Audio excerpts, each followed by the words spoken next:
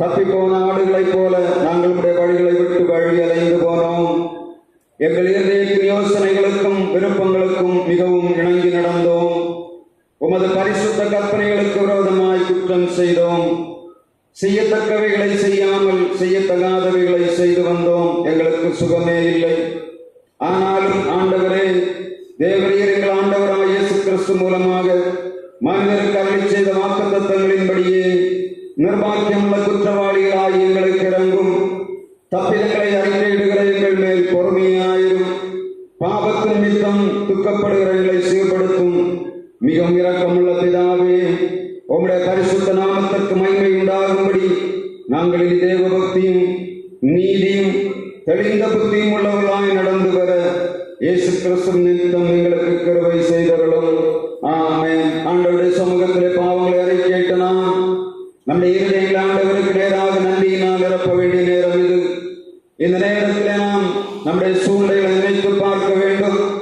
எத்தனையோ பேர் இந்த நேரங்களிலே ஆண்டவருடைய திருப்பாதம் அமர்ந்து அவருடைய திருமுகம் தரிசிக்க முடியாதபடி பலவிதமான கட்டுகளுக்குள்ளே, வேதனைகளுக்குள்ளே, சிறைச்சாலை போன்ற அனுபவங்களுக்குள்ளே கிடக்கிறார்கள். ஆனாலும் கிருபை நிறைந்த ஆண்டவர் நம்மையும் தம்முடைய பாதத்திலே கூட்டி சேர்த்த தயவை நினைத்து அவருக்கு நன்றியுள்ள இருதயம் உள்ளவர்களாய் நாம் ஆண்டவருடைய சமூகத்திலே இருக்க வேண்டும். நமக்கு எத்தனையோ உறவுகளை ஆண்டவர் தந்திருக்கிறார். நமக்கு நன்மை செய்கிற உறவுகள், நமக்கு தீமை செய்கிற உறவுகள் எல்லாரையும் ஆண்டவர் நமக்கு தந்து எல்லா விதத்திலும் நம்மை ஆசீர்வதித்து வருகிறார். நன்மை செய்கிறவர்களானாலும் தீமை செய்கிறவனானாலும் அவர் நமக்கு நன்மையே செய்கிறார்கள். அதை நினைத்து நாம் அவருக்கு நன்றி செலுத்த வேண்டும். ஆண்டவர் நமக்கு தந்திருக்கிற வேலை வாய்ப்புகள், ஆண்டவர் நமக்கு தந்திருக்கிற பணியின் எல்லா காரியங்களிலும் தருகிற ஆசீர்வாதத்தின் நிறைவை நாம் பெற்று அனுபவிக்கும்படியாக ஆண்டவர் இரக்கம் பாராட்டுகிறாரே, அவருக்கு நாம் நன்றி செலுத்த வேண்டும்.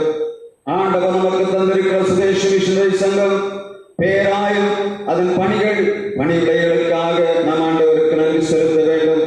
நல்ல ஒரு திருச்சபையை நமக்கு தந்து, பொறுப்புகளை தந்து, வாய்ப்புகளை தந்து வளமாய் நடத்தி வருகிற ஆண்டவருக்கு நாம் நன்றி செலுத்த வேண்டும். சமாதான காரணராகி ஆண்டவர் நமக்கு சமாதானம் கொடுக்கும்படியாக அவருடைய சமூகத்திலே நாம் வந்திருக்கிறோம் அல்லவா?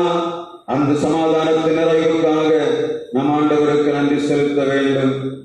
இந்த நாளிலும் நம்முடைய இதயங்களை உயர்த்தி நன்றி என்று சொல்லுகிறோம் நாதா, நாவாலே துதிக்கிறோம் நாதா என்று சொல்லக்கூடிய பாடலின் ஒரு கவியை உள்ளம் இசைந்து ஆண்டவருக்கு நேராக நம்முடைய சிந்தனைகளை திருப்பி உண்மையாக ஆண்டவருக்கு நாம் நன்றி செலுத்த கடமைப்பட்டிருக்கிறோம். உடைய நன்றியுள்ள இதயத்தை ஆண்டவர் எதிர்பார்க்கிறார். சங்கீதக்காரன் சொன்னது போல, என் ஆத்துமாவே கர்த்தரை ஸ்தோத்திரி, என் முழு உள்ளமே அவருடைய பரிசுத்த நாமத்தை ஸ்தோத்திரி, என் ஆத்துமாவே கர்த்தரை ஸ்தோத்திரி என்று சொல்லி நம் ஆண்டவருடைய சமூகத்திலே நம்முடைய நன்றியை நாம் சொல்ல போகிறோம். நன்றி என்று சொல்லுகிறோம் நாதா, நாவாலே துதிக்கிறோம் நாதா. Thank you.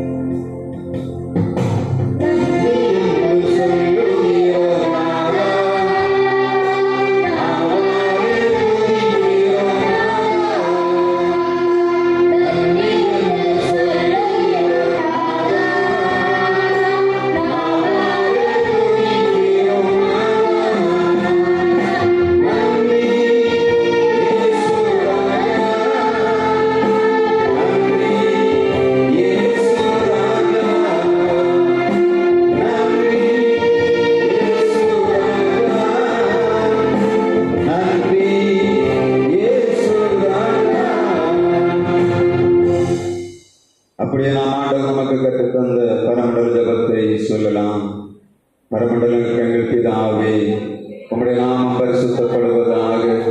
உம்முடைய ராஜ்யம் வருவதாக. உம்முடைய சித்தம் பரமண்டலங்களிலே செய்யப்படுவது போல பூமியிலே செய்யப்படுவதாக. எங்களுக்கு வேண்டிய ஆகாரத்தை இன்று எங்களுக்கு தாரும். எங்கள் கடனாளிகளுக்கு நாங்கள் மன்னிக்கிறது போல எங்கள் கடன்களை எங்களுக்கு மன்னியும்.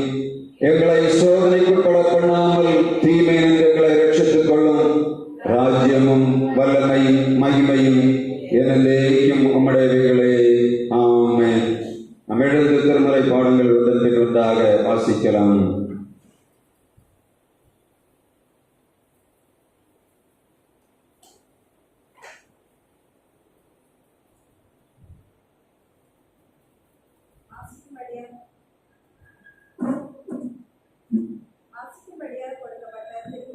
திருமறை பகுதி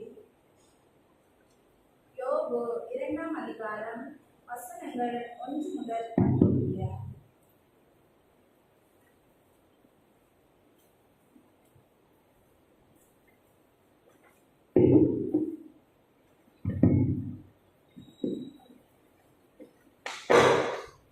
யோபு 2ஆம் அதிகாரம் வசனங்கள் 1 முதல் 10 முடிய. பக்கம் 635. பின்னொரு நாளிலே தேவபுத்திரர் கர்த்தருடைய சந்நிதியில் வந்து நின்றபோது சாத்தானும் அவர்கள் நடுவிலே கர்த்தருடைய சந்நிதியில் வந்து நின்றான். கர்த்தர் சாத்தானை பார்த்து, நீ எங்கே இருந்து வருகிறாய் என்றார். சாத்தான் கர்த்தருக்கு பிரதியுத்தரமாக, பூமி எங்கும் உலாவி அதில் சுற்றி திரிந்து வருகிறேன் என்றான். அப்பொழுது கர்த்தர் சாத்தானை நோக்கி, நீ என் தாசனாகிய யோபுவின் மேல் கவனம் வைத்தாயோ? உத்தமனும் சன்மார்க்கனும் தேவனுக்கு பயந்து பொல்லாப்புக்கு விலகிறவனுமான மனுஷனாகிய அவனை போல பூமியில் ஒருவனும் இல்லை. முகாந்திரம் இல்லாமல் அவனை நிர்மூலமாக்கும்படி நீ என்னை ஏவன போதிலும் அவன் இன்னும் தன் உத்தமத்திலே உறுதியாய் நிற்கிறான் என்றார். சாத்தான் கர்த்தருக்கு பிரதித்திரமாக, தோலுக்கு பதிலாக தோலையும் தன் ஜீவனுக்கு பதிலாக தனக்கு உண்டான எல்லாவற்றையும் மனுஷன் கொடுத்து விடுவான். ஆனாலும் நீர் உம்முடைய கையை நீட்டி அவன் எலும்பையும் அவன் மாம்சத்தையும் தொடுவீரானால் அப்பொழுது அவன் உமது முகத்துக்கு எதிரே உம்மை தூஷிக்கானோ பாரும் என்றான். அப்பொழுது கர்த்தர் சாத்தானை நோக்கி, இதோ அவன் உன் கையில் இருக்கிறான், ஆயினும் அவன் பிராணனை மாத்திரம் தப்பவிடு என்றார். அப்பொழுது சாத்தான் கர்த்தருடைய சந்நிதியை விட்டு புறப்பட்டு யோபுவின் உள்ளங்கால் தொடங்கி அவன் உச்சம் தலை மட்டும் கொடிய பருக்களால் அவனை வாதித்தான். அவன் ஒரு ஓட்டை எடுத்து தன்னை சுரண்டி கொண்டு சாம்பலில் உட்கார்ந்தான். அப்பொழுது அவன் மனைவி அவனை பார்த்து, நீர் இன்னும் உம்முடைய உத்தமத்தில் உறுதியாய் நிற்கிறீரோ? தேவனை தூஷித்து ஜீவனை விடும் என்றான். அதற்கு அவன், நீ பைத்தியக்காரி பேசுகிறது போல பேசுகிறாய். தேவன் கையிலே நன்மை பெற்ற நாம் தீமையும் பெற வேண்டாமோ என்றான்.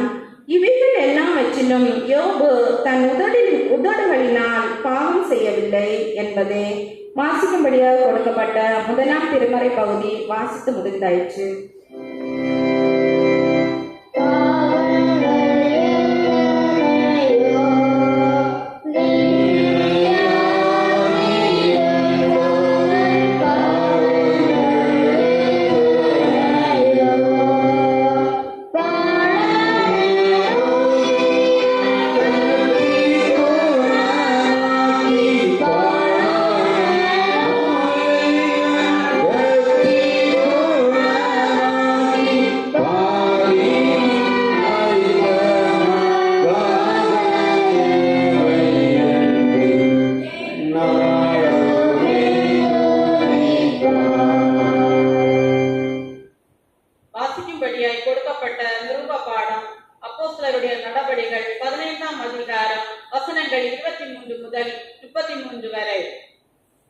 அப்போஸ்தலர் 15ஆம் அதிகாரம் 23 முதல் 33 வரை.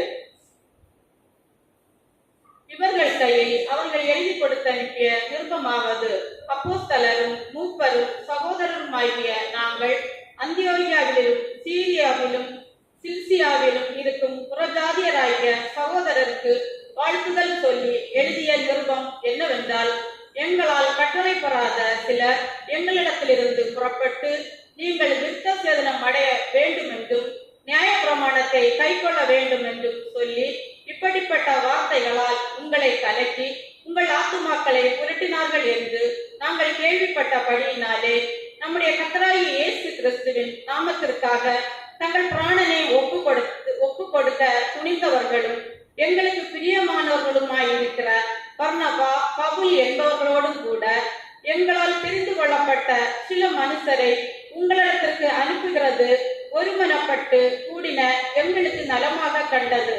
அந்தபடியே யூதாவையும் சீலாவையும் அனுப்பி இருக்கிறோம்.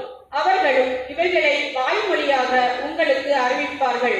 எவையெனில் விக்கிரகங்களுக்கு படைத்தவைகளுக்கும் இரத்தத்திற்கும் நெருக்குண்டு சத்தத்திற்கும் வேசித்தனத்திற்கும் நீங்கள் விலகி இருக்க வேண்டும் என்பதே. அவசியமான இவைகளை அல்லாமல் பாரமான வேறொன்றியம் உங்கள் மேல் சுமத்தாமல் இருப்பது பரிசுத்த ஆவிக்கும் எங்களுக்கும் நலமாக கண்டது. இவைகளுக்கு விலகி நீங்கள் உங்களை காத்துக் கொள்வது நலமாயிருக்கும், சுகமாயிருப்பீர்களாக என்று எழுதினார்கள். அவர்கள் அனுப்பிவிடப்பட்டு அந்தியோகியாவுக்கு வந்து சபையை கூடிவர செய்து நிருபத்தை ஒப்புவித்தார்கள். அதை அவர்கள் வாசித்து அதனால் உண்டாகிய ஆறுதலுக்காக சந்தோஷப்பட்டார்கள். யூதா, சீலா என்பவர்களும் தீர்க்கதரிசிகளுமாய் இருந்தபடியினாலே அநேக வார்த்தைகளினால் சகோதரருக்கு புத்தி சொல்லி அவைகளை திடப்படுத்தி சில காலம் அங்கே இருந்து பின்பு சகோதரரால் சமாதானத்தோட அப்போஸ்தலரிடத்திற்கு அனுப்பிவிடப்பட்டார்கள் என்பதை வாசிக்கும்படியாய் கொடுக்கப்பட்ட புதிய ஏற்பாட்டின் வேதமாக வாசித்து முடிந்தது. தேவரீருக்கே ஸ்தோத்திரம்.